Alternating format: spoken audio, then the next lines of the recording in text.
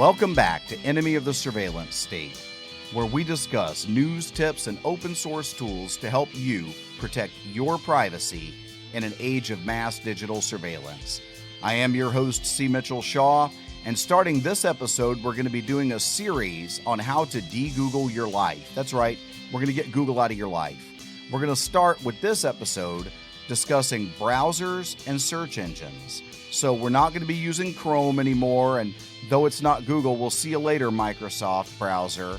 And we're also going to talk about how to use other search engines other than Google to return privacy-friendly, liberty-friendly results. This episode of Enemy of the Surveillance State.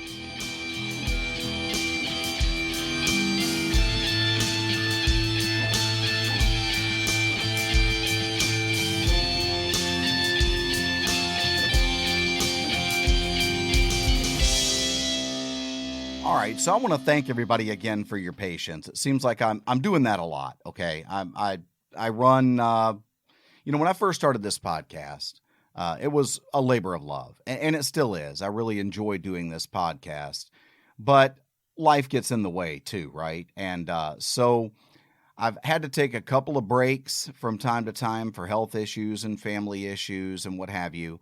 I'm back. I don't foresee anything on the horizon that should prevent future episodes from rolling out on a weekly basis.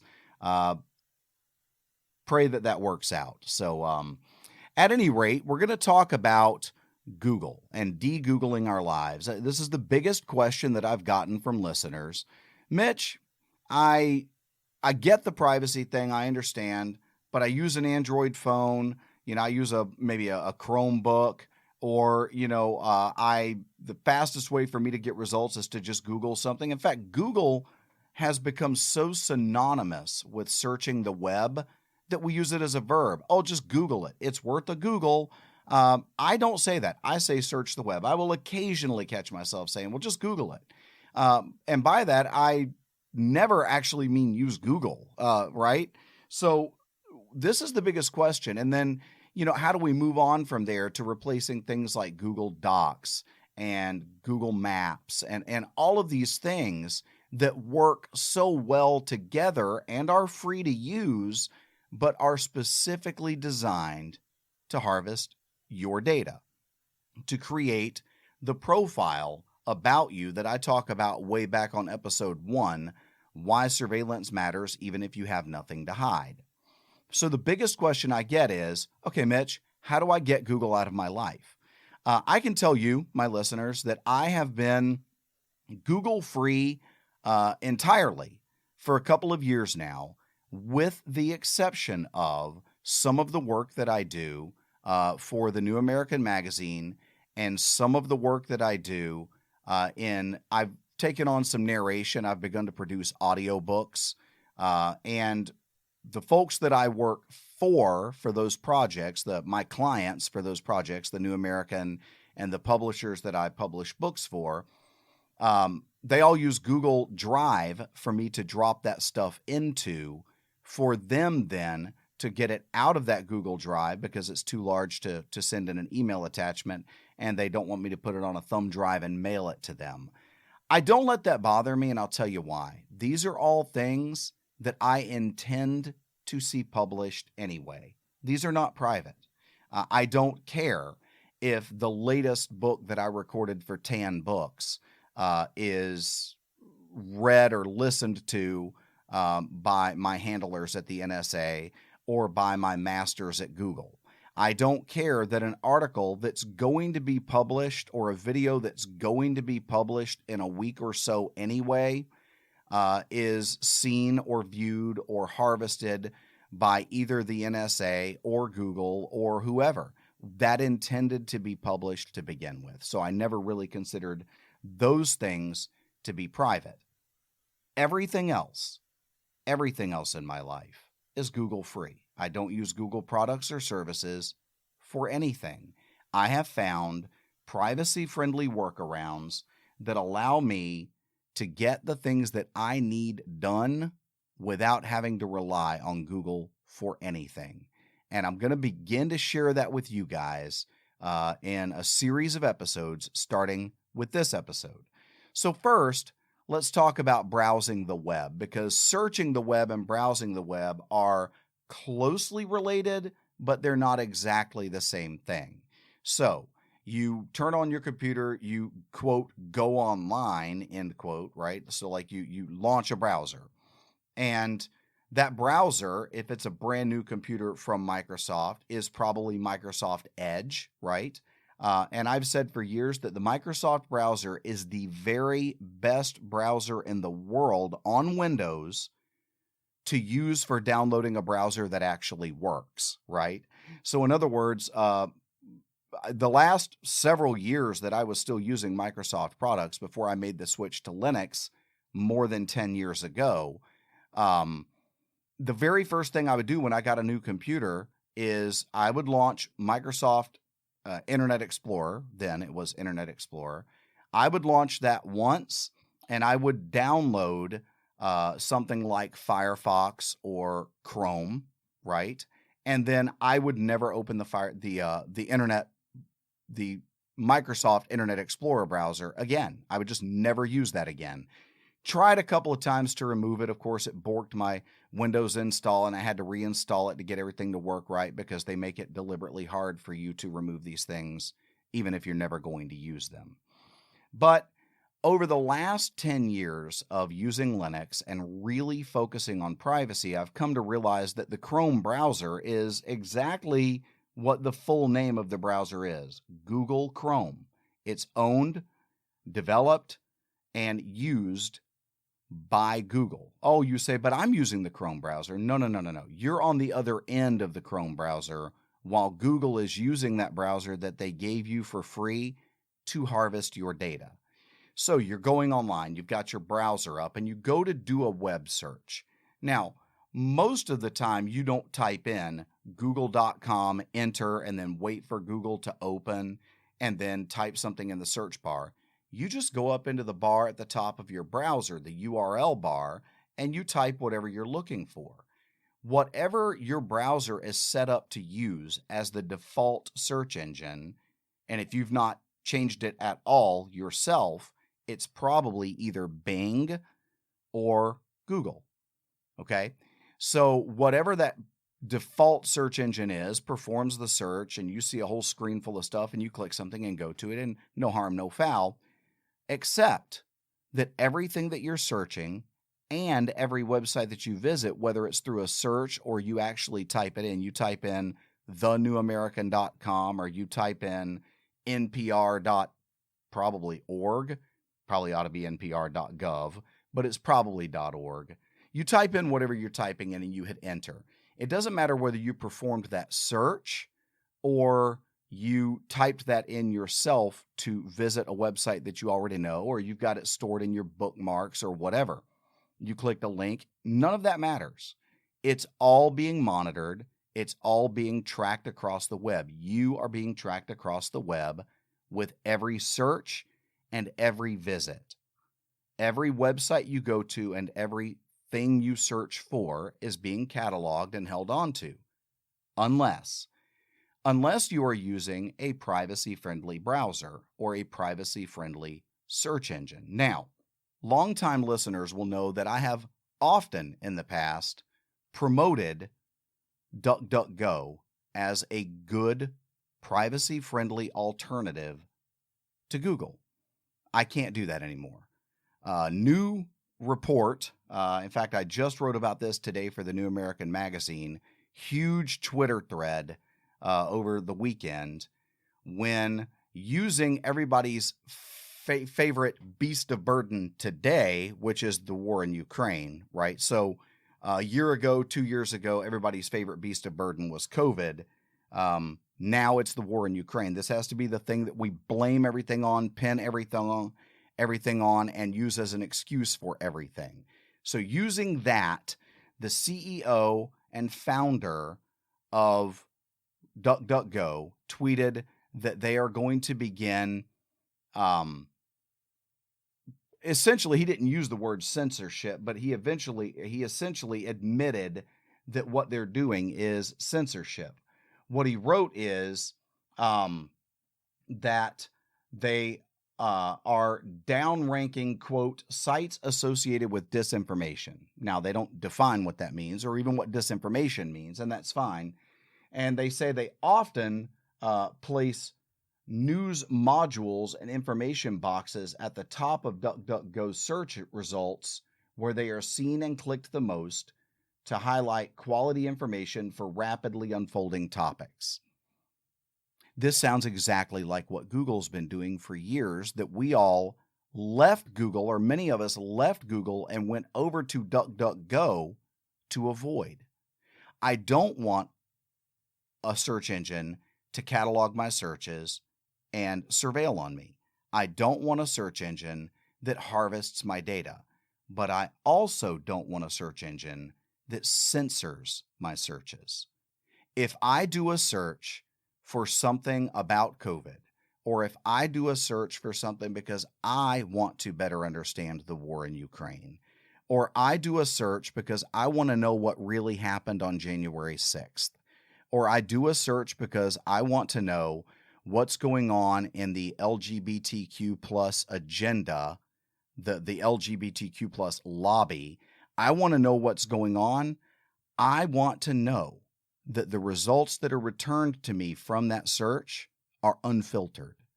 I want to know that what I'm finding are actually the most relevant results based on what I typed into the search engine, not what my masters in big tech or small tech, if we're going to talk about DuckDuckGo, have decided is, quote, relevant or not. Okay, so they've done that. That's what they've done. They've come right out and admitted, and then you got to go check out the Twitter thread. It blows up with people just really taking them to task. And at some point, the CEO, his last name is Weinberg. I don't have his first name handy right now, though I just wrote about this. ADD is a blessing and a curse, by the way. But anyway, he attempted to sort of ameliorate this by interacting with the people who were taking him to task on this thread. And one of the things that he said is point blank, because somebody said that the purpose of the whole point, quote, the whole point of DuckDuckGo is for you not to do that. His response is, the whole point of DuckDuckGo is privacy. The whole point of the search engine is to show more relevant content over less relevant content, and that is what we continue to do, right? So he says, no. The point of DuckDuckGo was never that we wouldn't censor you, and we're going to censor you, and we're going to continue to censor you. We're not going to let you search for things that are off of the approved list of things that you're allowed to search. And if you do, we're not going to let you find results that are off of the approved list of results. So this gets weird, though, if we just stop and think. At some point, the approved list came to include things that had been not on the approved list.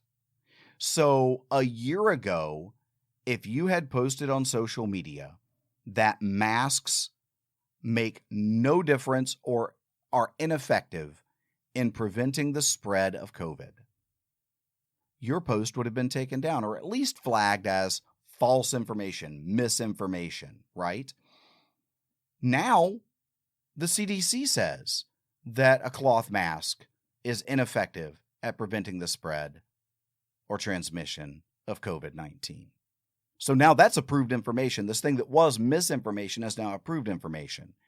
What is my point? My point is that nobody else should get to decide what is approved or unapproved, what is misinformation and what is information. If I do a search for something, let me find what I'm looking for.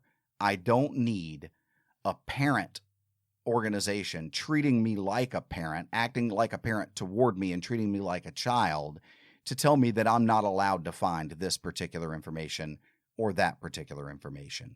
If I'm doing a search on what happened on January 6th, it's because, darn it, I want to know what actually happened on January 6th. Not that I want to know what Google thinks about what happened on January 6th or wants me to think. Not what DuckDuckGo may or may not want me to think. Now, this kind of goes back to whether DuckDuckGo has a political agenda and a dog in that fight. And this reminds me, now I've gotten off of all social media, by the way. If you go to try to follow Enemy of the Surveillance State on Twitter or Facebook, good luck with that, because we're not there anymore. I nuked it all. I just realized that I've only got so many hours in a day, and I don't have time to chase down every rabbit trail. And social media is designed to harvest your data. Now, I was there to promote the show. I was there to get this show up and running. And one thing that I've noticed is that even when I take these long hiatuses, even when something comes up in my life, and it's been 6 months since the last episode, in those 6 months, for the first time ever, right in the middle of those 6 months, I had one day where there were no downloads of this show. People want this information, and I'm surprised at how many people find Enemy of the Surveillance State without me promoting it on social media. It has nothing to do with whether or not I tweet my latest episode or go to Facebook and share my favorite episode to a Facebook group or anything like that. I have found that made no difference in whether or not I was getting downloads to the show, whether or not I was getting comments, whether or not I was getting people viewing it on YouTube. That is the one last place, but only because I have such a high level of listenership on YouTube, which is owned by Google. Okay, so maybe I'm a little hypocritical there. I don't think so, but then do hypocrites ever really know they're being hypocritical? I don't know. I am still on YouTube, and I plan to stay on YouTube for the time being because I do have a large percentage of subscribers that listen to the show that do so on YouTube. And I don't mind using Google's platform to teach people how to get rid of Google in their lives. So as we move forward in this, and you've made the decision to completely get Google out of your life, that's going to include YouTube. And so that's going to mean you're going to need to find another way to listen to the show, right? So you can subscribe at Podbean. Just download the Podbean app or any other podcatcher app and just put in a search for Enemy of the Surveillance State, find it, click the subscribe or follow button or whatever that platform calls it, and you're back off and running, and to heck with YouTube and Google. But for right now, I'm still on there. Now, what I was saying earlier is that as a result of all of this censorship that takes place on the web, you need a web browser and a search engine that you know are not monitoring you, they're not following you across the web, and they're not censoring what you can and can't see. For that, I recommend the Brave browser. Now, Firefox has had some issues, and then, of course, going back a little while, Chrome, Google Chrome. Now, you can use, and I like, Chromium, which is the open source project from which the Chrome browser is built. It's Chrome before Google gets a hold of it and inserts all their little Google bits in it. So if you want to go download the Chromium browser, that's a good one. I really like Brave because the guy behind Brave, Brendan Eich, this is the guy that was behind Mozilla and wrote the code for Java. Okay, so JavaScript is Brendan Eich. Brendan Eich wrote the JavaScript programming language, without which the internet as we know it simply would not exist, because websites as we know them, and I know I'm blurring the line between the internet and the web there, but my point being, websites as we know them would likely not exist without JavaScript. Oh, sure, someone would have come along and done something, but Brendan Eich did it. He also helped found the Mozilla trilogy of organizations that eventually brought us the Firefox browser. Now, interesting note about Brendan Eich is that several years ago, when it was still politically okay to do so, it wasn't so politically incorrect that it would ruin your life to say that marriage is between one man and one woman. That is the definition of marriage, and nothing else is marriage, okay? When it was still okay to say that, way back when like 2012, when Hillary Clinton was saying that and Barack Obama was saying that, and neither of them got their lives ruined for it.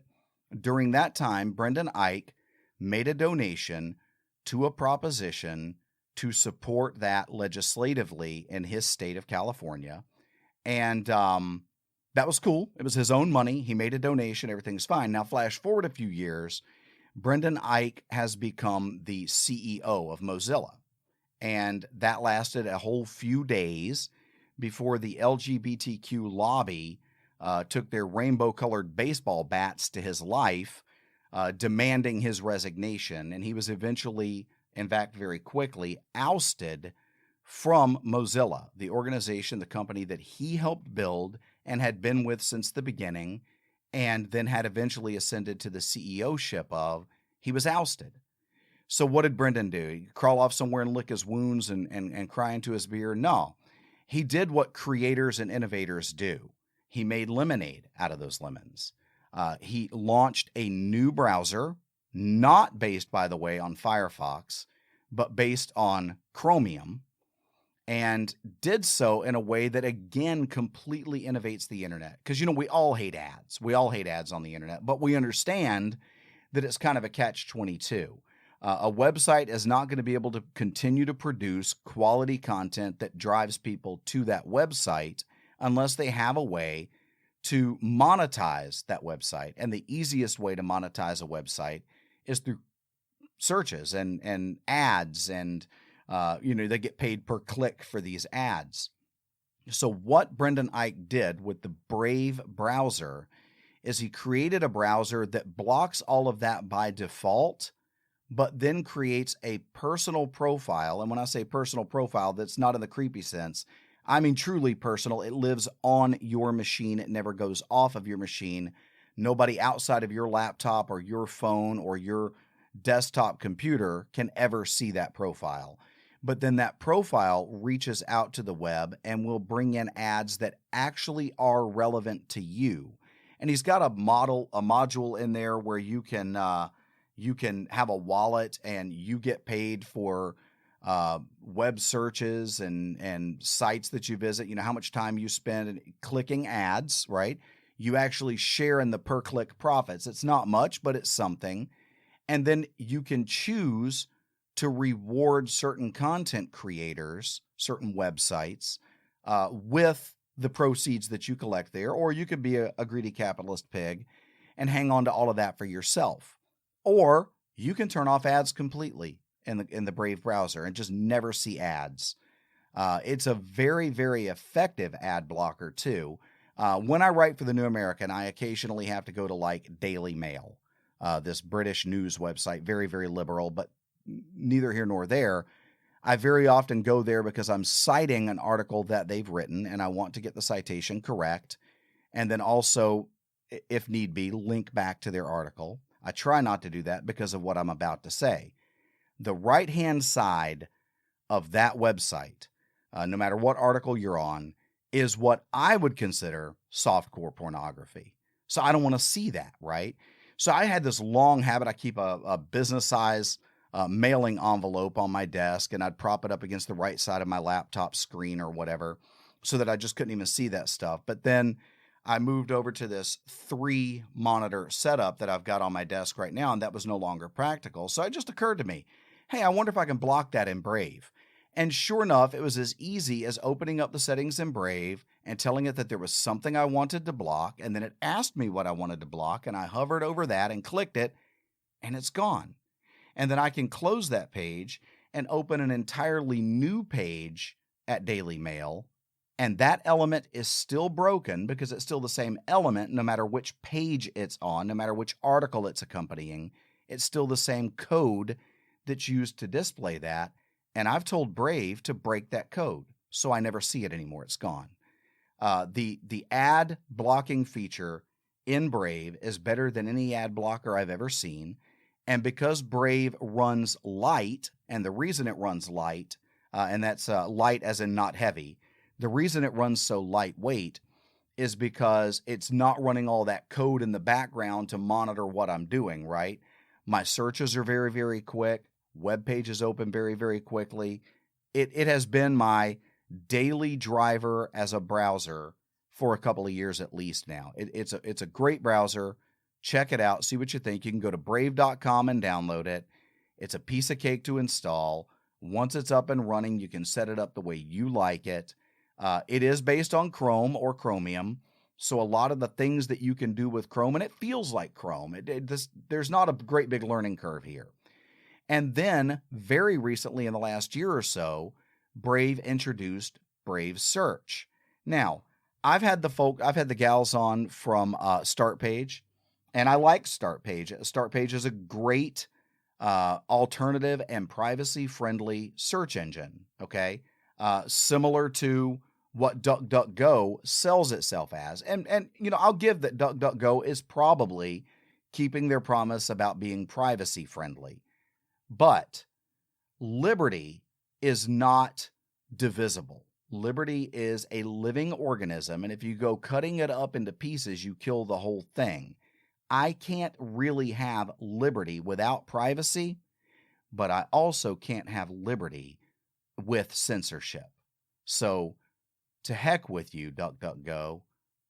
You're DuckDuck gone. You're out of here. I'm done with you, and I'll never promote you again. The Brave search feature is, in my opinion, in my humble but accurate opinion, the best search engine I've ever seen, because Google censors you and tracks you. Bing censors you and tracks you. Yahoo, is anybody still using that? I don't know. So your alternatives then become something like DuckDuckGo, which, as it turns out, is censoring you. And then there's Start Page. Start Page is great. Start Page does not actually do their own searches. And if you go back and listen to that episode, then you'll see what I mean. They actually harvest Google results without you being monitored by Google. So there's going to be some censorship taking place there, though it's largely ameliorated by the way that Start Page does it. All of the results are dumped into one bucket, right? All of the results are dumped into one bucket, so they don't know if I'm in Bangladesh or Phoenix City, Alabama. They don't know where I am when I'm doing that search. So it would be really, really hard for them to limit that search based on things like my geography or whatever. So that's helpful. It's probably largely ameliorated, but it's not completely done away with. By the way, DuckDuckGo uses Bing's results. So it's the same thing because that's Microsoft, right? Brave Search actually does their own searches. They're not getting searches from somewhere else. Now, one thing that they do, because again, they don't have the jillion size database of search results and what have you that Google or Bing or whatever has, what they do allow you to do is turn on sort of a fallback. You say, search for this thing, and if there aren't an awful lot of results for this thing, then fine, go ahead and show me Google and Bing results. Just tell me that those are Google's results and Bing's results. So, it works great. I've been using it for ages now. They've also launched a program, a part of the platform, a part of Brave, that allows you, I think it's called Brave Meet or something like that. It's essentially internet video conferencing done directly over the Brave browser. So step 1, go get yourself the Brave browser. Step 2, make Brave Search your default search engine in that. And you're 2 steps closer to being Google free. And you're doing so in a way that promotes privacy and promotes liberty even beyond privacy. Because what you search for is really up to you. And the results that you find when you search should be all of the results that really are relevant to your search, not based on someone else's political bias. It might mean that you see some opinions that you don't like. Well, you need to be a big boy or a big girl and get over that. It might mean that you see some results expressing opinions that big tech doesn't like. But to heck with big tech. I don't live for them. I'm trying to live my life in opposition to their vision for the world, and I imagine many of you are as well. So get the Brave browser, check out Brave Search, and next time we're going to talk about an entirely different element of how to get rid of Google in your life. But if you've got questions about anything that we've talked about in this episode, or anything that you'd like us to talk about in regards to getting Google out of your life, shoot me a message at enemyofsurveillance@protonmail.com, or leave a comment if you're watching this on YouTube, leave a comment. If you're checking it out on the Podbean app, you can leave a comment there.